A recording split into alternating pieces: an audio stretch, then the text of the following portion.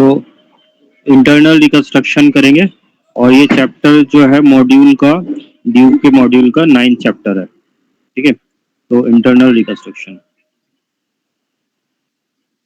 तो कॉन्सेप्ट क्या है इंटरनल रिकंस्ट्रक्शन का, पहले थोड़ा सा ओवरव्यू देख लेते हैं।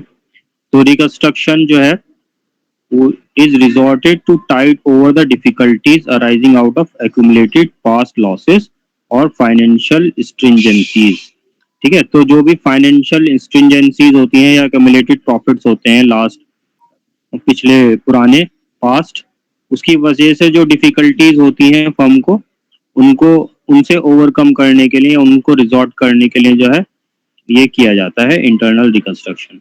ठीक है, एक्सटर्नल रिकंस्ट्रक्शन जो है तब होता है जब कोई नई कंपनी फ्लोट होती है और टेकन ओवर कर लेती है एक existing company, take over an existing company. ठीक है, तो जैसे दो हमारे रिकंस्ट्रक्शन है, एक इंटरनल रिकंस्ट्रक्शन और एक्सटर्नल रिकंस्ट्रक्शन।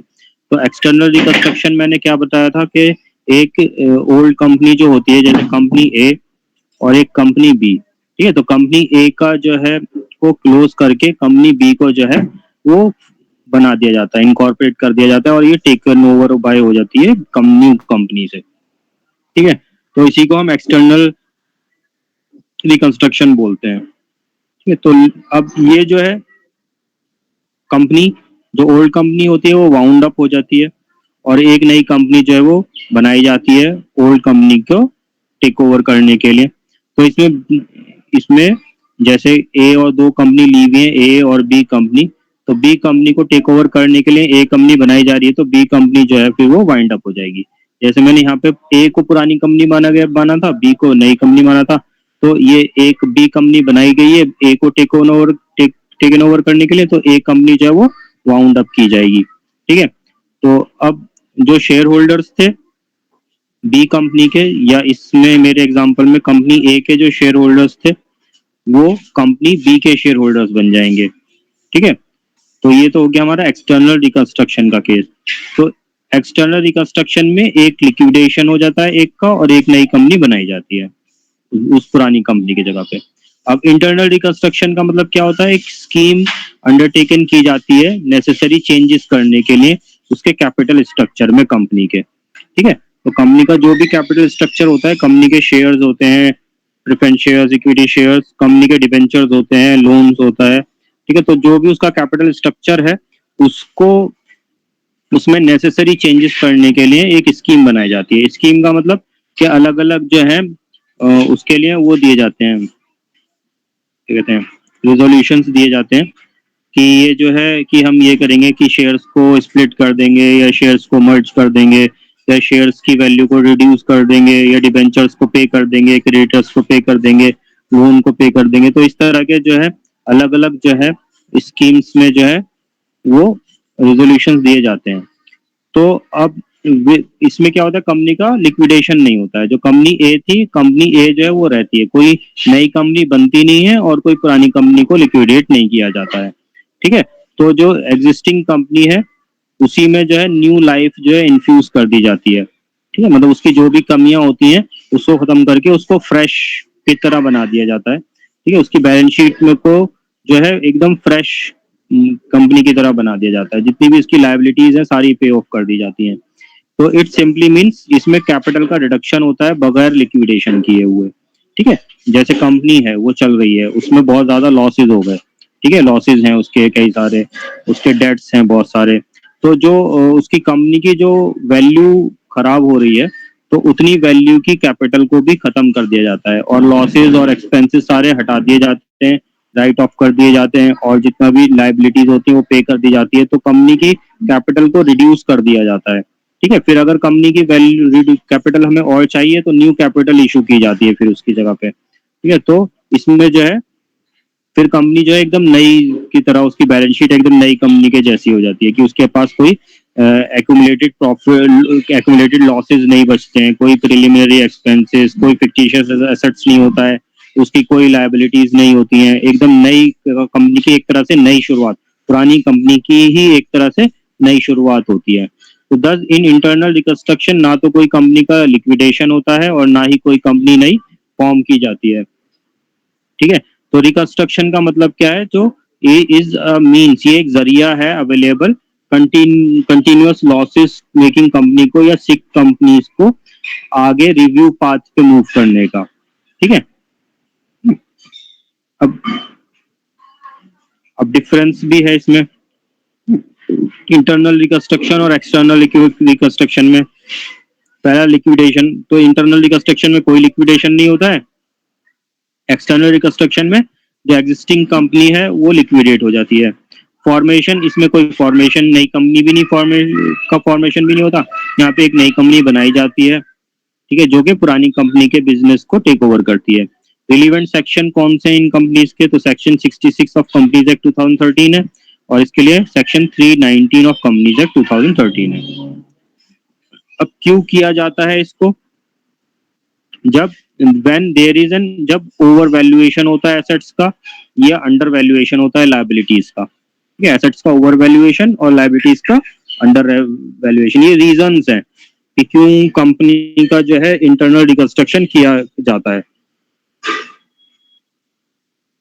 दूसरा है व्हेन, जब कंपनी जो है कंटिन्यूअस लॉसेस सफर कर रही होती है और अब डिफिकल्ट हो जाता है उस फाइनेंशियल क्राइसिस को सॉल्व करने में। फिर थर्ड, जब ह्यूज एक्यूमुलेटेड लॉसेस हो जाते हैं कंपनी के पास और उनको अब राइट ऑफ करना होता है उन लॉसेस को, जिससे कि फेयर व्यू दिखे स्टेट ऑफ अफेयर्स का कंपनी के।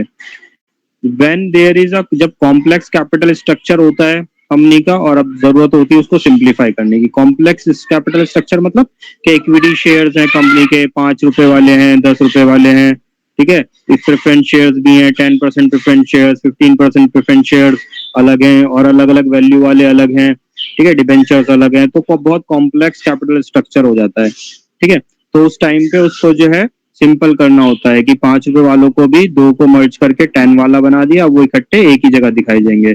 ठीक है, पर से जैसे 10% प्रेफरेंस शेयर है, 15% प्रेफरेंस शेयर है, इनमें से 10% को जो है कैंसिल करके उनको भी 15% वाले इशू कर दिए जाए, उनके वैल्यू, उनके नॉमिनल वैल्यू भी रिड्यूस कर दी जाए या उनको मर्ज कर दिया जाए या स्प्लिट कर दिया जाए। ठीक है, इस तरह से जो है उससे सिंप्लीफिकेशन हो जाता है कैपिटल स्ट्रक्चर में। ठीक है, तो ये रीजंस होते हैं जिसकी वजह से जो है इंटरनल रिकंस्ट्रक्शन किया जाता है। अब अकाउंटिंग एंट्रीज जो है, इसमें जो भी हमारे रेजोल्यूशन पास होता है, स्कीम जो भी पास होती है, उसके बेस पर हमें अकाउंटिंग एंट्रीज करनी होती है। ठीक है, तो उसके लिए कैपिटल रिडक्शन अकाउंट खोला जाता है। ठीक है, कैपिटल रिडक्शन अकाउंट खोला जाता है या इंटरनल रिकंस्ट्रक्शन अकाउंट खोला जाता है। ठीक है, या कैपिटल रीऑर्गेनाइजेशन अकाउंट भी इसको बोलते हैं। तो जिसको नाम से आपके क्वेश्चन में आए कि जो अकाउंट खोलना है उस नाम से हम इसकी एंट्रीज करेंगे। ठीक है, अगर कैपिटल रिडक्शन नाम आ जाए तो कैपिटल रिडक्शन से करना है। रिकंस्ट्रक्शन अकाउंट क्या है नाम से आ जाए तो रिकंस्ट्रक्शन अकाउंट बनाना है। तो जिस नाम से भी आएगा उसी नाम से हमें अकाउंट खोलना होगा। ठीक है, वैसे मेन तो कैपिटल रिडक्शन नाम होता है, कैपिटल रिडक्शन नाम से हम एंट्री, अगर कुछ भी मेंशन नहीं है तो कैपिटल रिडक्शन के नाम से हम एंट्रीज करेंगे। ठीक है, तो अब एंट्रीज किस किस चीज की करनी है, अल्टरेशन ऑफ शेयर कैपिटल की करनी है। तो कंपनी जो है अपने शेयर कैपिटल को अल्टर कर सकती है। ठीक है, और अल्टरेशन से कोई कैपिटल शेयर कैपिटल में रिडक्शन नहीं होता है। ठीक है, अल्टरेशन का मतलब सिर्फ इतना है कि 10 रुपए वाले शेयर्स को स्प्लिट कर दिया जाए 5-5 में, या 5-5 वालों को मर्ज कर दिया जाए। ठीक है, इससे कैपिटल रिडक्शन नहीं होता है। ठीक है, कैपिटल हमारा उतना ही रहता है। तो कंपनी जो है अल्टर कर सकती है अपने शेयर कैपिटल को, कैसे कैसे कर सकती है। पहला, द कंपनी में increase its capital by issuing new shares, it में कंसोलिडेट होली और any part of its share capital. ठीक है, या तो कंसोलिडेट कर सकती है पूरी तरह से या किसी पार्ट को शेयर कैपिटल के, या शेयर कैपिटल को इंक्रीज कर सकती है न्यू इशू करके। ठीक है, तो अल्टरेशन हो जाएगा ये शेयर कैपिटल का। इट में सब डिवाइड, ये सब डिवाइड भी कर सकती है होल पूरे को या फिर एनी पार्ट ऑफ शेयर को। सब डिवाइड करना मतलब स्प्लिट करना। ठीक है, और कंसोलिडेट करना मतलब शेयर्स को मर्ज करना, कि 5-5 रुपए मिला करके 10 रुपए का बना दिया, और सब डिवाइड करने का मतलब स्प्लिट कर दिया। वो शेयर्स को कन्वर्ट कर सकती है स्टॉक में, या स्टॉक को कन्वर्ट कर सकती है शेयर्स में। स्टॉक क्या होता है, जब हम एक मान लो 1000 शेयर्स है 10 रुपीज ईच के, हम एक उसको जो है मर्ज कर दें सबको, ठीक है, शेयर्स कैंसिल करके हम ये सीधा सीधा 10,000 की कैपिटल बना दें, तो इसको स्टॉक बोला जाता है, ठीक है, स्टॉक कैपिटल। ठीक है, तो ये शेयर कैपिटल से स्टॉक कैपिटल में कन्वर्ट हो जाता है। या फिर सरेंडर ऑफ शेयर करके, सरेंडर ऑफ शेयर में मतलब क्या होता है, जो शेयर होल्डर्स हैं वो अपने शेयर्स को कंपनी को सरेंडर कर देते हैं, या कैंसिल करके कुछ अनइशूड शेयर्स, जो अनइशूड शेयर्स हैं, मान लो कंपनी ने 1 लाख शेयर्स इशू किए थे, उसमें से सिर्फ 90,000 सब्सक्राइब्ड थे, 10,000 जो है अभी भी अनइशूड थे, तो अब क्या करेगी कंपनी, उनको जो अनइशूड है उनको कैंसिल कर देगी, ठीक है। फिर अब इसका एक्सप्लेनेशन भी देख लो, इंक्रीज इन शेयर कैपिटल, ये तो यहाँ पे पॉइंट्स दे दिए हैं कि क्या क्या करा जा सकता है अल्टरेशन ऑफ शेयर कैपिटल में, ठीक है। अब इसमें क्या किया जाएगा, कैसे किया जाएगा, क्या एंट्री की जाएगी, वो उसका एक्सप्लेनेशन देख लेते हैं। Increase in share capital by issue of new share, तो इसमें तो कोई अलग से एंट्रीज नहीं है, तो इशू ऑफ शेयर्स की जो एंट्री होती है वही एंट्रीज होंगी, सिंपल है ये।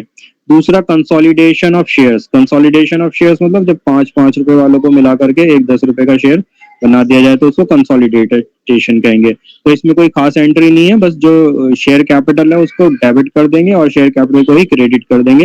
ये ओल्ड डिनोमिनेशन वाले होंगे और नीचे न्यू डिनोमिनेशन वाले होंगे, ठीक है।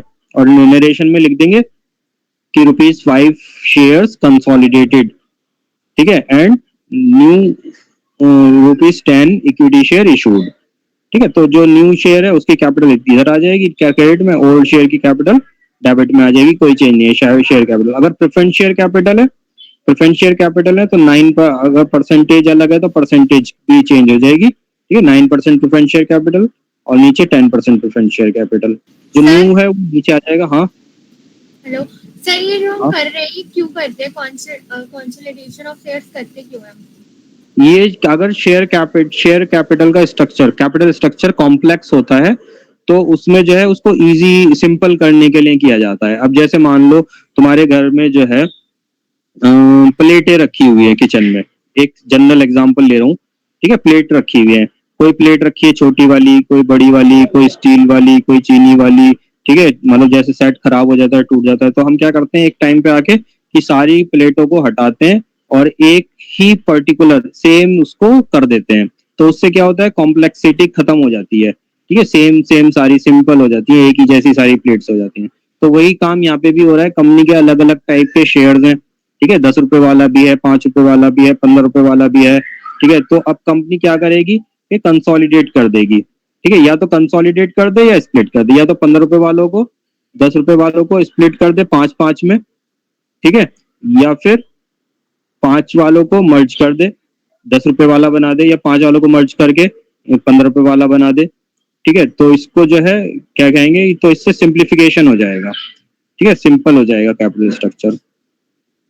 तो इसमें सिंपल तो क्या किया जाएगा, जो मान लो 5 रुपए वाले शेयर्स हैं उसको कन्वर्ट करना है 10 रुपए वाले में, कंसोलिडेशन करना है, तो 5 रुपए वाले की शेयर मान लो ये 1,000 थे, अब कंसोलिडेट करेंगे 5-5 के, तो मतलब 2 के 1 शेयर बन रहा है तो ये आधे हो जाएंगे, तो आप कितने बचेंगे 500 शेयर्स बचेंगे। तो इसमें हम शेयर कैपिटल तो उतना ही रहेगा, 1000 इंटू 5, 5,000 बन रहा है, और 500 इंटू 10 वो भी 5,000 बन रहा है, तो डेबिट में भी 5,000 रुपए रहेंगे, क्रेडिट में भी 5,000 रुपए रहेंगे।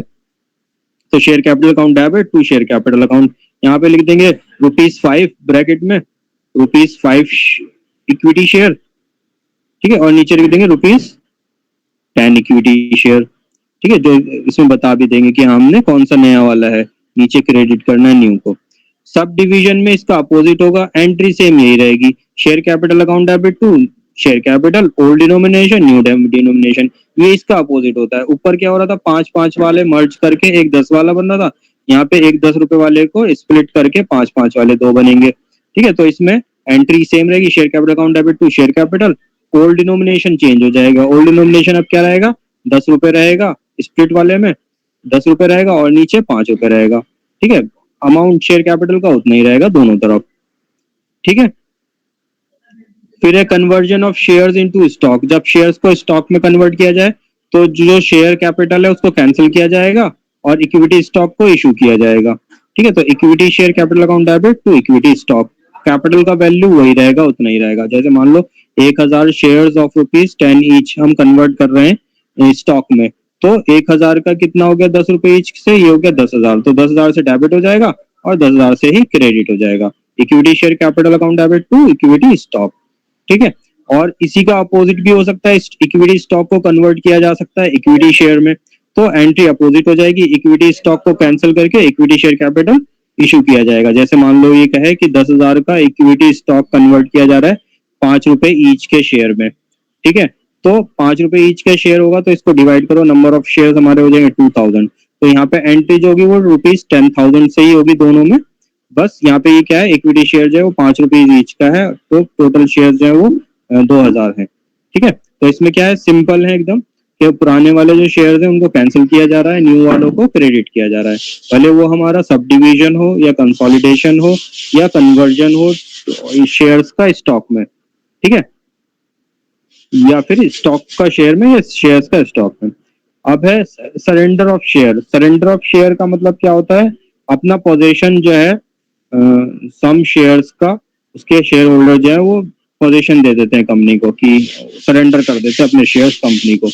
तो सच सरेंडर जो है, या तो वो इमीडिएट कैंसिलेशन कर दिया जाता है उनको, या फिर उनको किसी और को इशू किया जाता है। जैसे मिस्टर एक्स थे, उन्होंने कंपनी को अपने 1000 शेयर जो है वो सरेंडर कर दिए ₹10 ईच के, ठीक है। तो अब या तो कंपनी करेगी इसके शेयर्स को कैंसिल कर देगी, या फिर इन शेयर्स को कैंसिल करने के बजाय किसी और को इशू कर देगी, ठीक है।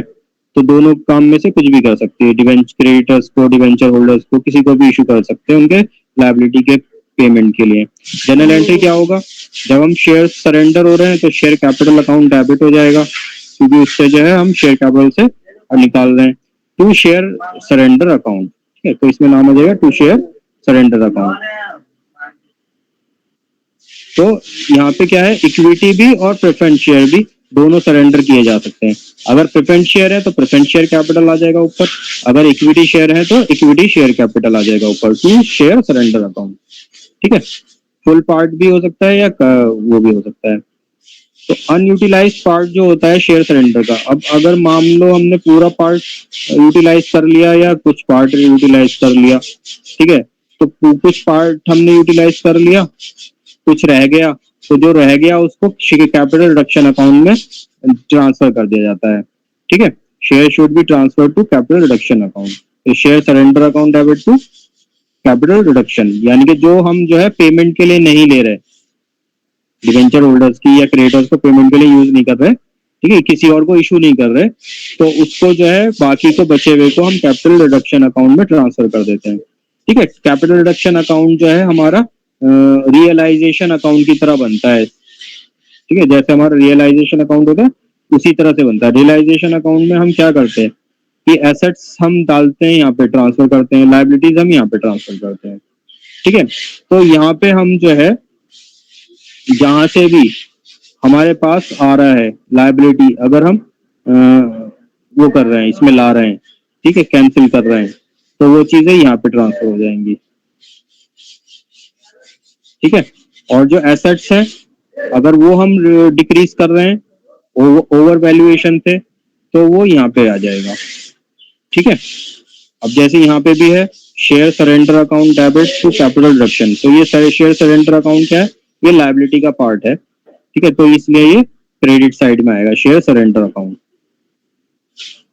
फिर कैंसिलेशन ऑफ अनइश्यूड शेयर्स, फिर जो अनइश्यूड शेयर्स होते हैं उनको कैंसिल किया जाए अगर, तो इसमें कंपनी जो है सिंपली कैंसिल कर देती है अनइश्यूड शेयर को at the time of drafting companies balance sheet, ठीक है, कंपनी की बैलेंस शीट बनाते टाइम पे रिकंस्ट्रक्शन के बाद ऑथोराइज कैपिटल कंपनी की जो है वो रिड्यूस हो जाती है, जितने हम शेयर्स कैंसिल कर देते हैं। At the same time capital clause जो मेमोरेंडम का वो भी अमेंडेड होता है अकॉर्डिंगली, ठीक है। फिर है variation of share holders rights, यानी कि राइट्स में चेंज कर देना। राइट्स क्या होता है, डिविडेंड राइट, ये कंपनी का वो शेयर्स का डिविडेंड राइट जो होता है, जैसे 10% प्रेफरेंस शेयर्स को कन्वर्ट करके 12% का कर दिया जाए, या 12% को कन्वर्ट करके 10% का कर दिया जाए, ठीक है। तो जो हम कन्वर्ट कर रहे हैं तो ओल्ड वाले को डेबिट कर देंगे, न्यू वाले को क्रेडिट कर देंगे, ठीक है, जैसा ऊपर किया था, तो यहाँ पे उनका राइट्स के साथ आ जाएगा, ठीक है। फिर है कॉम्प्रोमाइज और अरेंजमेंट। कॉम्प्रोमाइज और अरेंजमेंट भी हम करते हैं, chapter 15 of companies act deal करता है मैटर जो कॉम्प्रोमाइज अरेंजमेंट किससे रिलेटेड होता है और अमलगमेशन होता है। तो कॉम्प्रोमाइज और अरेंजमेंट जो है वो बिटवीन किस किस के बीच में होता है, कंपनी और उसके क्रेडिटर्स के, या एनी क्लास ऑफ देम, ठीक है, कोई से भी क्रेडिटर्स के, कंपनी या उसके मेंबर्स के, या एनी क्लास ऑफ देम, ठीक है। तो ये दो तरह से होता है कॉम्प्रोमाइज और अरेंजमेंट। तो कॉम्प्रोमाइज अरेंजमेंट जो है एक एग्रीमेंट होता है कंपनी और डिफरेंट स्टेक होल्डर्स, ठीक है, कंपनी के बीच में और उसके डिफरेंट स्टेक होल्डर्स, उसके क्रेडिटर्स, डिवेंचर होल्डर्स, ठीक है, और उसके मेंबर्स के बीच में एक एग्रीमेंट होता है, ठीक है, कंपनी को फाइनेंशियल प्रॉब्लम से और क्राइसिस से बचाने के लिए, ठीक है। तो अब ये अपना राइट्स जो है या अपना जो अपने जो लायबिलिटी है वो क्यों छोड़ देते हैं, क्योंकि कंपनी अगर पूरी तरह से डूब गई तो उनका पूरा पैसा डूब जाएगा। तो उनके पास एक कंपनी को एक चांस देते हैं कि हो सकता है इस चीज से कंपनी रिवाइव कर जाए और कंपनी जो है फिर से जी उठे। उससे क्या होगा, तो जितना हमारा बचेगा वो कम से कम हमें पेमेंट मिल जाएगा, ठीक है। तो कंपनी में एंटर, तो कंपनी एग्रीमेंट कर सकती है शेयर होल्डर्स के साथ, क्रेडिटर्स के या डिवेंचर होल्डर्स के साथ, ठीक है, जो उनके क्लेम्स में कॉम्प्रोमाइज के लिए एग्री हो सकते हैं या सेक्रीफाइस कर सकते हैं अपने पार्ट का कुछ का, ठीक है। तो इसमें जो पार्ट है कॉम्प्रोमाइज और अरेंजमेंट में, पहला पार्ट है रिडक्शन ऑफ शेयर कैपिटल, जो कि मेंबर्स करते हैं, ठीक है, मेंबर्स के लिए होता है।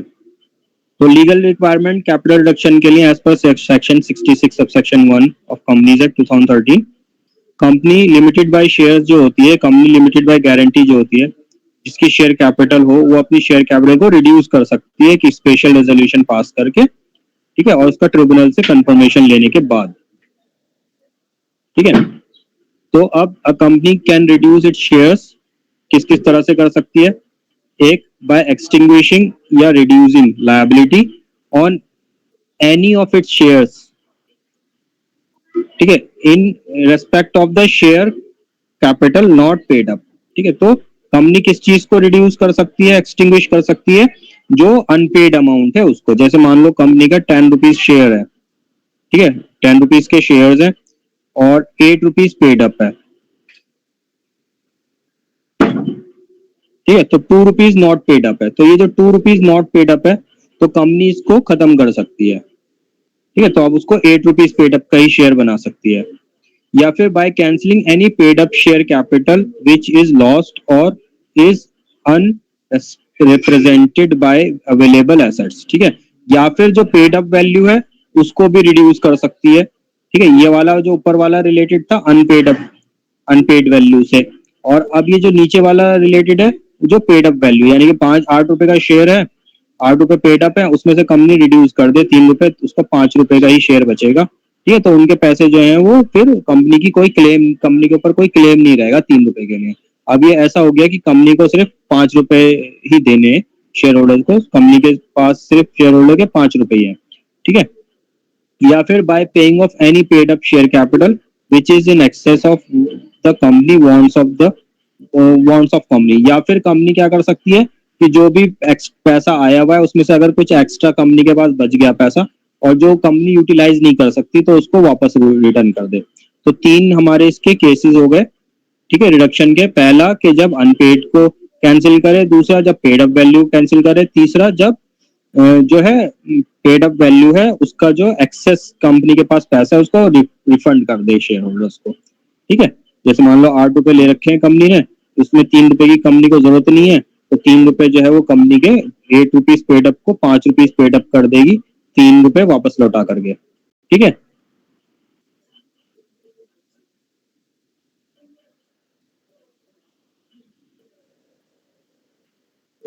तो जो ऊपर डिस्कशन है उसमें इसकी एंट्रीज जो होंगी वो कैसे होंगी, तो जब face value of share change होगा, कंपनी शेयर्स का फेस वैल्यू जब चेंज होगा और रिडक्शन होगा उसकी नॉमिनल वैल्यू में, ठीक है। एक है हमारा कि 10 रुपीज का शेयर वो 10 रुपीज का ही रहने वाला है, बस उसमें क्या हो रहा है जो उसका शेयर कैपिटल है वो जो पेड अप वैल्यू है वो रिड्यूस हो रहा है, यानी कि पहले 10 रुपीज का शेयर था, 10 रुपीज पेड अप था, ठीक है। अब कंपनी उसमें से रिड्यूस कर दे रही है, अब उसे 8 रुपीज पेड अप कर दे रही है, लेकिन कम शेयर का नॉमिनल वैल्यू अब भी 10 ही है, मतलब 10 शेयर अभी भी 10 रुपए का ही है, बस जो पेड अप वैल्यू है उसको कैंसिल कर दे रही है, ठीक है। तो 10 रुपए पेड अप से अब वो 8 रुपीज पेड अप है, इसका मतलब क्या है, 2 रुपीज अभी अनपेड हो जाएंगे और वो कंपनी उनसे बाद में ले लेगी। तो इस केस में क्या होगा, शेयर कैपिटल अकाउंट ओल्ड वालों को डेबिट कर देगी, to share capital account new वाला नीचे आ जाएगा, ठीक है। और टू कैपिटल रिडक्शन अकाउंट जो भी डिफरेंस होगा, तो इसमें सिर्फ पेड अप वैल्यू आएगी, जैसे पेड अप वैल्यू ये 10 रुपए की पेड अप वैल्यू है वो यहाँ पे आ जाएगी, ये 8 रुपए की पेड अप वैल्यू है ये न्यू वाली वो यहाँ आ जाएगी, बाकी 2 रुपए रिड्यूस कर दिए वो यहाँ आ जाएगा, ठीक है।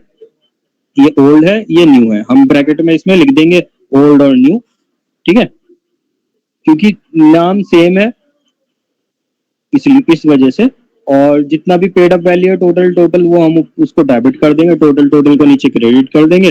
जैसे मान लो 1 लाख, ये मान लो 10,000 शेयर्स हैं, इक्विटी शेयर्स है 10 रुपीज ईच के, तो एक 10,000 से क्या हो जाएगा, 1 लाख रुपए हो जाएगा, और यहाँ पे 10,000 से ये 80,000 हो जाएगा, और यहाँ पे 10,000 से ये 20,000 हो जाएगा, ठीक है। फिर when there is reduction in paid up value of shares, ठीक है, face value not change, sorry ये ऊपर वाला when the face value of share is change, ये चेंज वाला था, जब फेस वैल्यू चेंज होती है, ठीक है, वो मैंने ध्यान से नहीं पढ़ा, तो फेस वैल्यू जब चेंज होती है उसके लिए था ये। अब जब फेस वैल्यू चेंज नहीं होती, बस पेड अप वैल्यू उसका रिड्यूस होता है शेयर्स का, फेस वैल्यू चेंज नहीं होती, फेस वैल्यू 10 रुपए का 10 रुपए ही रहेगा, ठीक है। इस वाले में ऊपर वाले में 10 फेस वैल्यू भी चेंज हो रहा है, ठीक है, फेस वैल्यू चेंज हो रहा है, मान लो पहले 10 रुपए का था, अब वो 10 रुपए से चेंज होके 5 रुपए का फेस वैल्यू का हो जाए, या 20 रुपए का फेस वैल्यू का हो जाए, या फिर वो 10 रुपए का है, 10 रुपए का है, उन्होंने कैपिटल रिड्यूस करी 8 रुपए से, और शेयर्स की वैल्यू भी फेस वैल्यू भी 8 रुपए कर दी गई, ठीक है। या फिर कंपनी का 10 रुपए का शेयर था, ठीक है, उसको 10 रुपए पेड अप थे, कंपनी ने उसको रिड्यूस करके 5 रुपए का बना दिया, ठीक है, 5 रुपए पेड अप, ठीक है, कितने का बना दिया, 5 रुपए का बना दिया, 5 रुपए पेड अप। इस वाले केस में क्या होता है, स्प्लिट नहीं होता है, जैसे मान लो ऊपर वाले में हम कर रहे थे, स्प्लिट कर रहे थे, 10 रुपए के दो 5-5 रुपए में कन्वर्ट कर रहे थे, यहाँ पे क्या हो रहा है, सिर्फ 5 रुपए ही बच रहे हैं, दूसरे 5 रुपए जो है वो खत्म हो गए, ठीक है, उसका कोई शेयर नहीं है, तो शेयर जो है वो 5 रुपए में कन्वर्ट हो गया 5 रुपए पेड अप में, ठीक है। तो अब एंट्री में जो होगा ओल्ड वाला वो डेबिट हो जाएगा 10 रुपए से, और जो न्यू वाला है वो 10 न्यू वाला जो है वो ये 5 रुपए से क्रेडिट हो जाएगा, और टू कैपिटल रिडक्शन, और इसमें सिर्फ पेड अप वैल्यू के नाम, पेड अप वैल्यू से के अमाउंट से एंट्री होती है, ठीक है। जब पेड अप वैल्यू में कोई पेड अप वैल्यू को रिड्यूस किया जा रहा है लेकिन फेस वैल्यू में कोई चेंज नहीं आ रहा, यानी कि 10 रुपए का शेयर था अभी भी वो 10 रुपए का ही है, 10 रुपए का शेयर था अभी भी वो 10 रुपए का ही है, ये 10 रुपए पेड अप था, लेकिन अब इसको 5 रुपए पेड अप कर दिया गया, ठीक है, सिर्फ पेड अप वैल्यू में चेंज किया जा रहा है, फेस वैल्यू उसका सेम है वही। तो उस केस में शेयर कैपिटल अकाउंट डेबिट हो जाएगा टू कैपिटल रिडक्शन, जितना रिड्यूस कर रहे हैं वो अमाउंट यहाँ पे आ जाएगा, जो पेड अप वैल्यू में जो रिड्यूस कर रहे हैं वो अमाउंट है। जैसे मान लो यहाँ पे तो हमने सिंपल लिया है 5 रुपए कट गए, तो 5 रुपए के हिसाब से यहाँ पे एंट्री हो जाएगी, लेकिन अगर यहाँ पे 10 रुपए का था और हम इसको 8 रुपीज पेड अप कर रहे हैं, तो डिफरेंस कितना है, इसमें 2 रुपए रिड्यूस कर रहे हैं, तो 2 रुपए के अमाउंट से यहाँ पे एंट्री आ जाएगी, ठीक है। तो डिफरेंस याद रखना है कि जब नॉमिनल वैल्यू में चेंज आ रहा है तो पुराने वाले शेयर्स को कैंसिल करके न्यू वालों को इश्यू करना है, और डिफरेंस वाले अमाउंट को कैपिटल रिडक्शन में जा डालना है, ठीक है। जब फेस वैल्यू चेंज नहीं हो रहा है तो कोई हमें नए शेयर इशू नहीं करने, तो बस किसको दिखाना है, जो कैपिटल रिडक्शन हो रहा है उसी को दिखाना है, share capital account debit to capital reduction account, ठीक है। और ये हमें ध्यान रखना है कहाँ कहाँ से अमाउंट कैपिटल रिडक्शन में जाता है, ठीक है।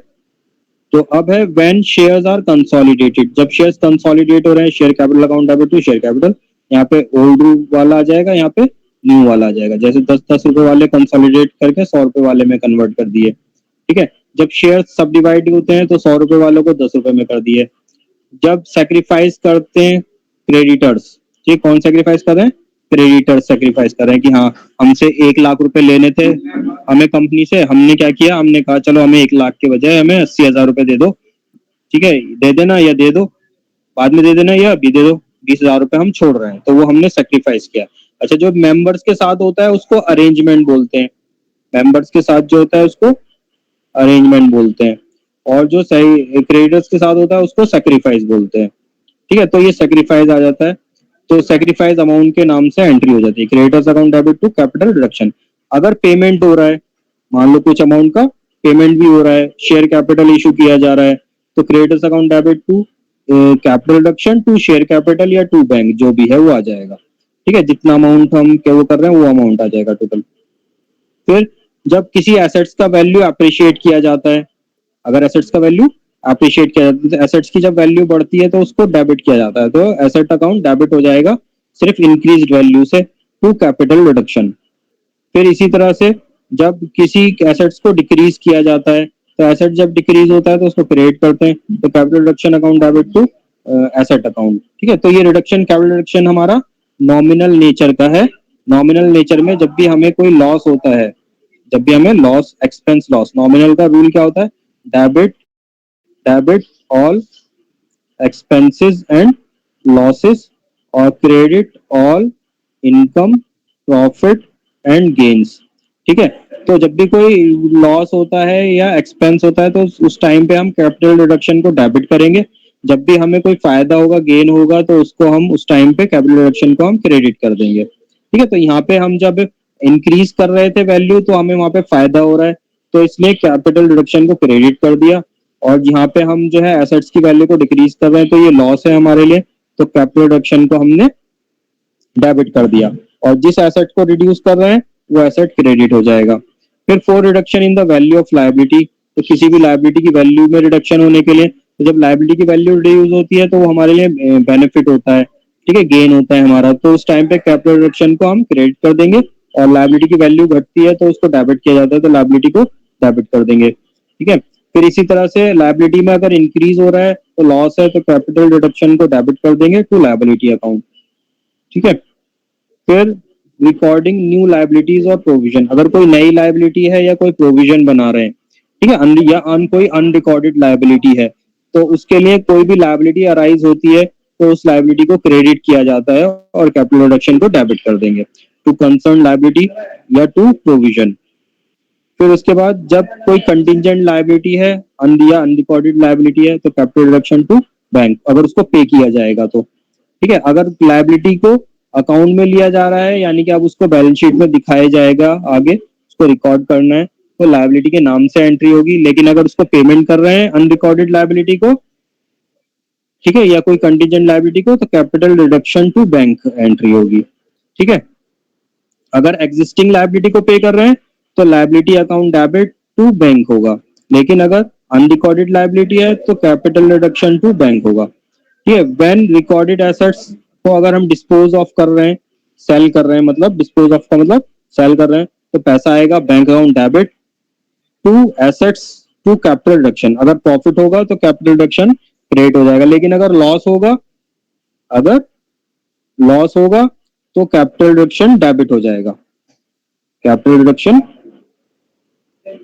डेबिट हो जाएगा अगर लॉस है, लेकिन अगर प्रॉफिट है तो कैपिटल रिडक्शन जो है वो क्रेडिट हो जाएगा। ठीक है, और जब कोई अनरिकॉर्डेड एसेट सोल्ड होता है, अच्छा, जब रिकॉर्डेड एसेट सोल्ड होता है तो उसका नाम आता है, और प्रॉफिट और लॉस के लिए हम कैपिटल रिडक्शन को दिखाते हैं, लेकिन अगर हमारा अनरिकॉर्डेड एसेट है तो वो भी लायबिलिटी की तरह होगा। ठीक है, लायबिलिटी की तरह होगा, तो उसमें जैसे लायबिलिटी के लिए तो हम पेमेंट कर रहे हैं तो बैंक क्रेडिट होगा, लेकिन एसेट से पैसा आएगा तो बैंक डेबिट हो जाएगा और कैपिटल रिडक्शन। ठीक है, एसेट का नाम नहीं आएगा यहाँ पे भी अगर वो अनरिकॉर्डेड एसेट है। ठीक है, अगर हम रिकॉर्डिंग बैड डेट्स को रिकॉर्ड कर रहे हैं या डाउटफुल डेट्स को रिकॉर्ड कर रहे हैं, तो उसके लिए bad capital reduction account debit to debtors to provision for doubtful debts. ठीक है, तो कोई ओल्ड बैड डेट्स हैं तो बैड डेट्स की वजह से जो है हमारे डेटर्स जो है वो रिड्यूस होंगे, तो जितना बैड डेट है उतने से डेटर को क्रेडिट कर देंगे, लेकिन अगर प्रोविजन बना रहे हैं तो प्रोविजन फॉर डाउटफुल डेट को क्रेडिट करेंगे। ठीक है, और कैपिटल रिडक्शन को डेबिट कर देंगे। फिर जब शेयर जो है कन्वर्ट किए जाएंगे स्टॉक में, share capital to share stock, जब रिकंस्ट्रक्शन एक्सपेंसेस अगर होंगे तो capital reduction account debit to bank. ठीक है, अगर एक्सपेंस हो रहे हैं तो एक्सपेंस होते हैं, तो जैसे मैंने बताया एक्सपेंस एंड लॉसेस डेबिट होते हैं, नॉमिनल नेचर के होते हैं, तो इसलिए कैपिटल रिडक्शन को डेबिट कर देंगे टू बैंक कर देंगे एक्सपेंसेस के लिए। ठीक है, जब फाइनेंस रेज किया जाएगा शेयर इशू करके, तो सेम वही एंट्री होगी शेयर इशू करने की जो होती है। ठीक है, और जब arrears of preference dividend cancel किया जाएगा तो उसकी कोई एंट्रीज नहीं होती क्योंकि वो रिकॉर्डेड नहीं होता, तो इसमें उसकी एंट्री भी नहीं होगी। ठीक है, when the rate of preference dividend change होगा, तो प्रेफरेंस डिविडेंड का चेंज होगा तो हम पुराने वाले को डेबिट कर देंगे, न्यू वाले को क्रेडिट कर देंगे सेम अमाउंट से। ठीक है, जब न्यू डिबेंचर्स एक्सचेंज होंगे ओल्ड वाले से, तो ओल्ड ये भी प्रेफरेंस शेयर की तरह ही होगा, पुराने वाले को कैंसिल कर देंगे, टू न्यू वाले नीचे डेबिट हो जाएंगे, क्रेडिट हो जाएंगे। ठीक है, जब न्यू डिबेंचर्स इशू होंगे ओल्ड के लिए और वो कुछ सेक्रीफाइस भी कर रहे हैं, यानी कि 1 लाख के डिबेंचर्स थे, ठीक है, 10% डिबेंचर थे, अब उनको क्या कर रहे हैं हम, न्यू इशू कर रहे हैं 15% डिबेंचर। ठीक है, और कितने के कर रहे हैं, 80,000 के कर रहे हैं, और वो 20,000 सेक्रीफाइस कर रहे हैं, तो पुराने वालों को कैंसिल करेंगे तो इनको डेबिट कर देंगे, 10% डिबेंचर अकाउंट डेबिट 1 लाख। ठीक है, इनको 15% डिबेंचर दे रहे हैं 80,000 रुपए के, तो 15% डिबेंचर 80,000, और फिर जो हम वो सेक्रीफाइस कर रहे हैं वो यहाँ पे सेक्रीफाइस में आ जाएगा, टू कैपिटल रिडक्शन में आ जाएगा। ठीक है, अगर सेक्रीफाइस कर रहे हैं डिबेंचर होल्डर अपने एक्रूड इंटरेस्ट का, ठीक है, तो एक्रूड इंटरेस्ट जो होता है वो रिकॉर्डेड होता है, बैलेंस शीट में दिख रहा होता है एक्रूड इंटरेस्ट। ठीक है, या आउटस्टैंडिंग इंटरेस्ट ऑन डिबेंचर्स, तो उसको हम डेबिट कर देंगे तो कैपिटल रिडक्शन, अगर वो उसको सेक्रीफाइस करे यानी कि इंटरेस्ट को अपना छोड़ रहे हैं तो। इसके अलावा provision for taxation, capital reserve, security premium, उसको यूटिलाइज किया जाता है। ठीक है, जब प्रोविजन फॉर टैक्सेशन, ये कैपिटल रिजर्व्स या सिक्योरिटी प्रीमियम यूटिलाइज किया जाता है तो उसको कैंसिल कर देते हैं, provision for tax, capital reserve, security premium to capital reduction. ठीक है, यानी कि अगर हम इसको यूटिलाइज कर रहे हैं काय के लिए, किस चीज के लिए यूटिलाइज करते हैं, जो हमारा कैपिटल रीऑर्गेनाइजेशन हो रहा है। ठीक है, तो उसके लिए इनको डेबिट कर देंगे और कैपिटल रिडक्शन में ट्रांसफर कर देंगे। ठीक है, इसके अलावा अब जो भी हमारे अनयूटिलाइज्ड, जो भी रिडक्शन अकाउंट अनयूटिलाइज्ड होता है यानी कि जो बच जाता है, यानी कि सब कुछ करने के बाद, कैपिटल रिडक्शन करने के बाद, एसेट्स सारी चीजें करने के बाद कुछ बच जाता है, तो उससे हम क्या कर देते हैं, फिक्टिशियस एसेट्स को, लॉसेस को, excess value of other assets को राइट ऑफ करने में यूज करते हैं। तो capital reduction account debit to profit and loss account, goodwill, preliminary expenses, discount on shares, debentures, ठीक है, अदर एसेट्स, और कैपिटल रिजर्व, बाकी बचा हुआ बैलेंस जो भी आता है वो कैपिटल रिजर्व में चला जाता है। ठीक है,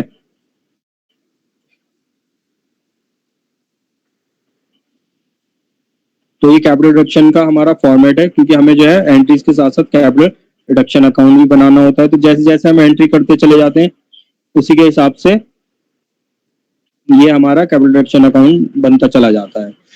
ठीक है, तो गुडविल, पेटेंट, जो भी फिक्टिशियस एसेट्स होते हैं या जो भी इंटेंजिबल एसेट्स होते हैं उनको राइट ऑफ करने के लिए इधर आ जाता है। जो भी एसेट है अगर वो खत्म कर रहे हैं तो वो चीजें यहाँ आ जाएंगी, कोई भी लाइबिलिटीज है उनसे कुछ रिलेटेड हो रहा है उसमें जाना है तो वो इधर आएंगी। ठीक है, रिड्यूस हो रही है तो जैसे प्रॉफिट एंड लॉस का balance, debit balance right off कर रहे हैं इधर आ जाएगा, गुडविल, पेटेंट, कॉपीराइट, ट्रेडमार्क को रिड्यूस कर रहे हैं इधर आ जाएगा, प्रिलिमिनरी एक्सपेंसेस को राइट ऑफ कर रहे हैं इधर आ जाएगा। ठीक है, डिस्काउंट और एक्सपेंस को कर रहे हैं इधर आ जाएगा, कोई एसेट्स हो रहे हैं डिक्रीज वैल्यू से इधर आ जाएंगे, रिकंस्ट्रक्शन के एक्सपेंसेस पे कर रहे हैं इधर आ जाएगा, कोई अनरिकॉर्डेड लायबिलिटी पे कर रहा है इधर आ जाएगा बैंक से। ठीक है, फिर इसके अलावा लायबिलिटीज, शेयर कैपिटल रिड्यूस हो रही है इधर आ जाएगा, डिवेंचर्स रिड्यूस हो रहे हैं इधर आ जाएगा, क्रेडिटर्स रिड्यूस हो रहे हैं, सेक्रीफाइस कर रहे हैं इधर आ जाएगा। ठीक है, एसेट्स रिड्यूस, एसेट्स इंक्रीज हो रहे हैं इधर आ जाएगा। ठीक है, सेल हो रहा है कोई अनरिकॉर्डेड एसेट इधर आ जाएगा, कोई एक्यूमुलेटेड प्रॉफिट्स हैं वो इधर आ जाएगा। ठीक है, तो इफ रिक्वायर्ड बैलेंसिंग फिगर में एनी एक्यूमुलेटेड प्रॉफिट्स के नाम से, मतलब अगर यहाँ पे डिफरेंस आ जाता है, यहाँ पे डिफरेंस आने का मतलब क्या है कि हमें अभी कम पड़ गया बैलेंस। ठीक है, हमें जो है कैप बैलेंस कम पड़ गया इन सबको, इन सब के लिए, तो उसके लिए कोई भी एक्यूमुलेटेड प्रॉफिट्स होते हैं उसने अमाउंट से जितना डिफरेंस वाला अमाउंट है वो आ जाता है, एक्यूमुलेटेड प्रॉफिट्स, रिजर्व्स, ठीक है, वो सब आ जाता है। ठीक है, लेकिन अगर यहाँ पे बैलेंस बच गया यानी कि ये चीजें हमारे पास ज्यादा आ गई, यहाँ बैलेंस बच गया, हम उसको यूटिलाइज नहीं कर पाए, तो वो अमाउंट कैपिटल रिजर्व में चला जाता है। ठीक है, तो इस साइड होता है बचा हुआ अमाउंट और इस साइड होता है कि जो हमारे पास कम पड़ गया वो बैलेंस आता है। जो कम पड़ गया तो एक्यूमुलेटेड प्रॉफिट से या रिजर्व से उनसे कर देते हैं उतना अमाउंट। ठीक है, लेकिन अगर हमारे पास बच गया तो उसको कैपिटल रिजर्व में ट्रांसफर कर देते हैं। अब जैसे ये क्वेश्चन दिया हुआ है यहाँ पे, बैलेंस शीट है मेघा लिमिटेड की 30 जून 2019 की, शेयर कैपिटल है 100 रुपीज, फुल्ली पेड अप है। ठीक है, 10% प्रेफरेंस शेयर्स हैं 100 रुपीज ईच, ये भी फुल्ली पेड अप है। कैपिटल रिजर्व है कंपनी के पास, 11% डिबेंचर्स हैं, क्रेडिटर्स हैं। ठीक है, गुडविल है, लैंड एंड बिल्डिंग है, प्लांट एंड मशीनरी है, स्टॉक है, पेटेंट है, बैंक है, डेटर है, प्रीमियरी एक्सपेंस है, प्रॉफिट लॉस है। ठीक है, अब इसमें बाय डिफॉल्ट कुछ चीजें हैं जो होनी है, वो देख देख के से पता चल जाएगी। क्या होता है, फिक्टिश, कोई भी हमारा फिक्टिशियस एसेट्स होता है, ठीक है, उसको हमें खत्म करना होता है। ठीक है, और जो लाइबिलिटीज हैं उनको, ये बहुत ज्यादा लाइबिलिटीज है, देखो ये 8 6 14 लाख की तो कैपिटल ही है। लाइबिलिटी कितनी है, लाइबिलिटी 10 लाख की लाइबिलिटी है। ठीक है, तो ये लाइबिलिटी जो है बहुत ज्यादा हो रही है, तो लाइबिलिटी की भी पेमेंट हम कर देंगे। ये गुडविल है, गुडविल को भी हम राइट ऑफ कर देंगे। ठीक है, तो ये चीजें हमें करनी करनी होती हैं बाय डिफॉल्ट। तो अब इसमें स्कीम ऑफ रिकंस्ट्रक्शन अप्रूव हुई है। इक्विटी शेयर रिड्यूस हो जाएंगे to fully paid as 50 each.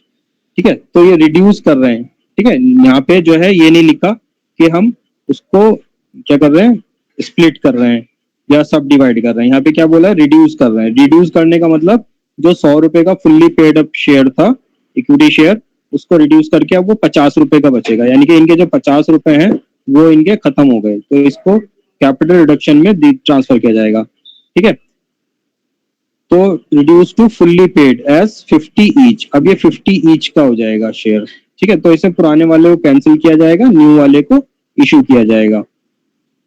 10%, 10,000 preference shares of 100 each to be converted into 11% preference shares, the amount being reduced by 30%। ठीक है, तो ये 10% को चेंज करके 11% में भी हो रहा है और रिडक्शन भी हो रहा है 30% का, तो 30% से रिड्यूस हो जाएगा इसमें। ठीक है, फिर डिबेंचर्स को भी रिड्यूस किया जा रहा है 20% से, लैंड एंड बिल्डिंग इंक्रीज हो रही है 20% से, और सारे इंटेंजिबल एसेट्स और फिक्टिशियस एसेट्स इंक्लूडिंग पेटेंट, इनको रिटर्न ऑफ करना है। ठीक है, इंटेंजिबल एसेट्स और फिक्टिशियस एसेट्स। इंटेंजिबल एसेट्स कौन कौन से, एक ये है इंटेंजिबल एसेट, एक ये है इंटेंजिबल एसेट, और ये है फिक्टिशियस एसेट्स, तो इनको राइट ऑफ किया जाएगा। ठीक है, तो ये स्कीम इनकी पास हुई है। तो अब जैसे जैसे जो एंट्रीज हैं उसके हिसाब से करते चले जाएंगे। तो पहली एंट्री इक्विटी शेयर की होगी, तो इक्विटी शेयर की एंट्री क्या होगी, पहले इन्होंने प्रेफरेंस शेयर की करी है, तो पहले प्रेफरेंस शेयर की क्या होगी, 10% preference share to 11% preference share और टू रिकंस्ट्रक्शन अकाउंट। तो जितना राइट ऑफ हो रहा है यहाँ पे, तो इसकी टोटल वैल्यू आ गई। ठीक है, टोटल वैल्यू 6 लाख के थे, और इसमें कितना परसेंट रिडक्शन हो रहा था, 30% रिडक्शन हो रहा था, तो 30% रिकंस्ट्रक्शन में चला जाएगा। 6 लाख की टोटल वैल्यू थी, 6 लाख का 30%, तो 6 × 18 1,80,000 रिकंस्ट्रक्शन में चला जाएगा। बैलेंसिंग फिगर में ये हमारा यहाँ पे बच जाएगा। 11%, 10% वाले राइट ऑफ करके 11% वाले इशू कर दिए। इस तरह से इक्विटी शेयर्स, ओल्ड वाले इक्विटी शेयर्स डेबिट करके न्यू वाले इक्विटी शेयर क्रेडिट कर दिए। ठीक है,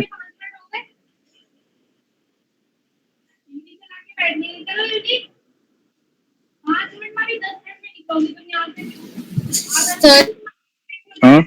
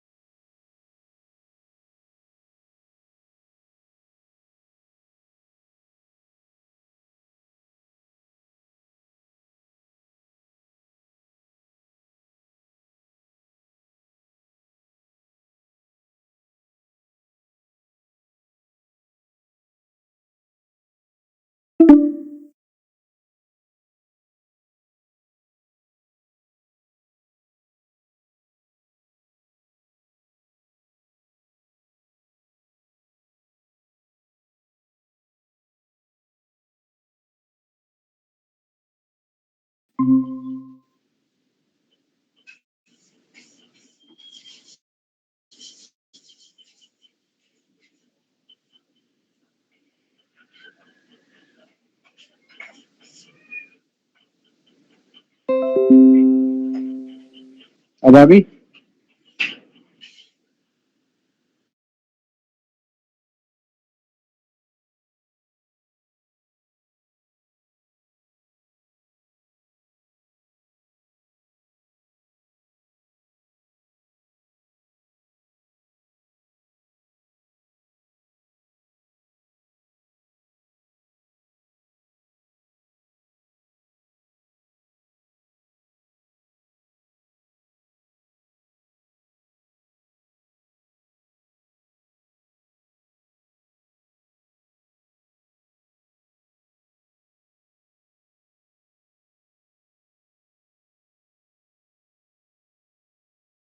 स्क्रीन दिख रही यस है? सर। Yes sir.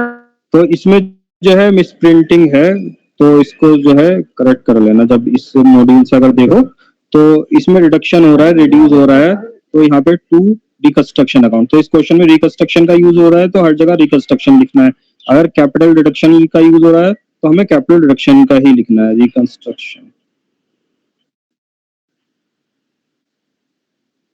ठीक है, रिकंस्ट्रक्शन अकाउंट।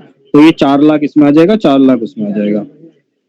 इसके बाद 11% डिबेंचर, जो डिबेंचर वाले जो है वो कर रहे थे, तीसरा वाला डिबेंचर रिड्यूस हो रहे हैं बाय 20%। तो टोटल वैल्यू डिबेंचर की कितनी थी? तो डिबेंचर में इन्होंने कोई चेंज करने को नहीं बोला है, ठीक है। तो इन्होंने कोई चेंज वैल्यू में चेंज करना, फेस वैल्यू में भी चेंज करने को नहीं बोला है, या उसके राइट में भी चेंज करने को नहीं बोला है, ठीक है। तो पहले जितने के थे ये इतने के ही हैं, 11% थे, अब भी 11% के हैं, ठीक है। बस क्या हुआ है कि इसका जो रिड्यूस कर दिया है इन्होंने, 6 लाख का कितना परसेंट हो जाएगा? 20%। तो 6 लाख का 20%, 1,20,000। तो सिर्फ 1,20,000 की एंट्री दिखानी है। 11% debenture account debit to reconstruction account, 1,20,000, 1,20,000। अब बिल्डिंग की वैल्यू जो है वो बढ़ रही है, तो land and building account debit to reconstruction account हो जाएगा, ठीक है। और कैपिटल रिजर्व जो है वो रिकंस्ट्रक्शन में हम ट्रांसफर कर देंगे, क्योंकि वो जो भी हमें कम पड़ेगा, तो क्योंकि हमें राइट ऑफ करने पेटेंट वगैरह वो सारी चीजें, तो जो भी कम पड़ेगा वो हम कैपिटल रिजर्व उसमें डाल देंगे। कैपिटल रिजर्व हमारा ऑलरेडी कितने का था? कैपिटल रिजर्व हमारा 20,000 का था, ठीक है। तो 20,000 में से ये capital reserve, capital deduction account बना के पता चलेगा हमें कितना हो रहा है, क्योंकि हमें राइट ऑफ करने हैं, तो राइट ऑफ करने के लिए हमारे पास उतना बैलेंस होना चाहिए। तो इसलिए ये कैपिटल डिडक्शन के पहले इन्होंने कैपिटल रिजर्व की पहले एंट्री करी है, capital reserve account debit to reconstruction account. तो ये इन्होंने सारी चीजें राइट ऑफ कर दी, profit and loss, preliminary expenses, goodwill, patent, ठीक है। तो टोटल अमाउंट कितना हो रहा है? 7 लाख तक 60-70 हजार हो रहा है। अब वो जो 10,000 की एंट्री थी ये हमें बाद में यहाँ पे बना के पता चलती है कि जो हमें कितना capital reserve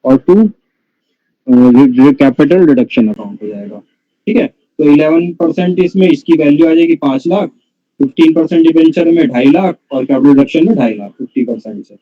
other current liabilities को रिड्यूस कर दिया 50,000 से, तो जितनी भी है उसको रिड्यूस कर रहे हैं, तो other current liabilities account debit to capital reduction account आ जाएगा।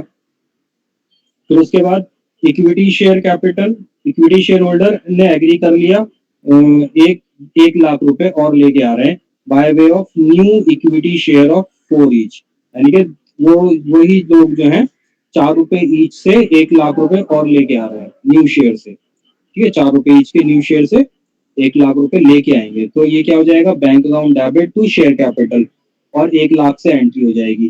ठीक है, ये न्यू शेयर इशू हो रहे हैं 4 रुपीज ईच के, तो इसलिए bank account debit to equity, new equity shares capital.